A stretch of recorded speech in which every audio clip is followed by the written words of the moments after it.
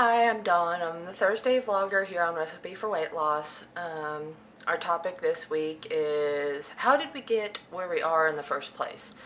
Was there any specific thing that happened or turning point in our lives that brought about being overweight? And mine isn't anything specific. It's a lifetime accumulation of different instances. It's personality type, it's emotional eating, and just a lot of ingrained experiences throughout life that have got me where I am. First and foremost, I am a procrastinator. I have a tendency to put things off till the last minute. I work really well under pressure, like get it done, get it done, get it done. And it's a cycle. It's like I procrastinate, I get stressed out because I procrastinated, because I have so much to do in such a short period of time. The stress leads to emotional eating over and over and over. I have not broke the cycle. I still do not know how to break the cycle. I am still stuck in the middle of this cycle. So that's something I fight with on a daily basis. Another thing is when I was a child, it didn't matter what happened, good, bad, just a family get together, it didn't matter. Everything had food. There was food everywhere, there was food all the time, and we celebrated with food. We mourned the loss of people with food. We enjoyed just family time together, family bonding with food. All of our, anniversaries, holidays, whatever. Food, food, food, food. There was always so much food that every family could take home like dishes and dishes and dishes of food and eat off of it for a week. And it was just, my family is all about the food. And I learned at a very young age that when you're eating, when there's a big get-together and you're eating and you're this happy, well, you're happy and you're eating. So when you get to a point where you're sad, well, in a child's mind, well, when I was eating, it made me happy. It wasn't the fact that I was around all my family and we're celebrating a happy time. It was the fact that I was eating that made me happy. So if I'm sad, I'm going to eat and it'll make me happy. So it's kind of like just this huge accumulation of things like that. When you're sick as a kid and someone's like, well, I'll take you out to get some ice cream. I'll make you feel better. Ice cream doesn't make you feel better. Just an FYI.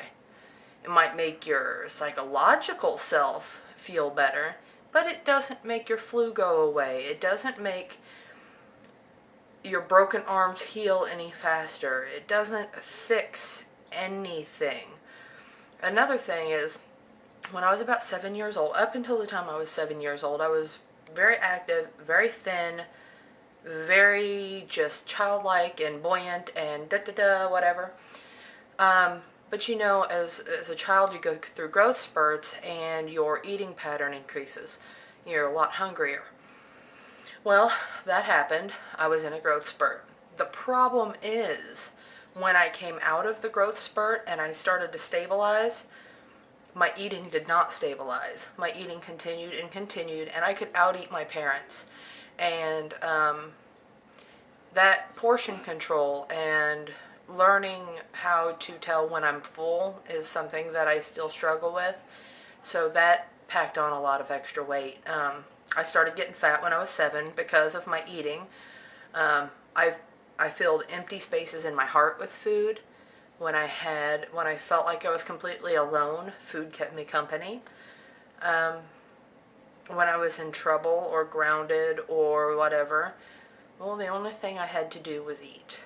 I was very active. As I grew up, I was a teenager, and I was doing a lot of activities in school, sports and stuff. And I remember at one point, I think I was like 15, and I weighed 170 pounds, and I was in a size 9, and I looked great.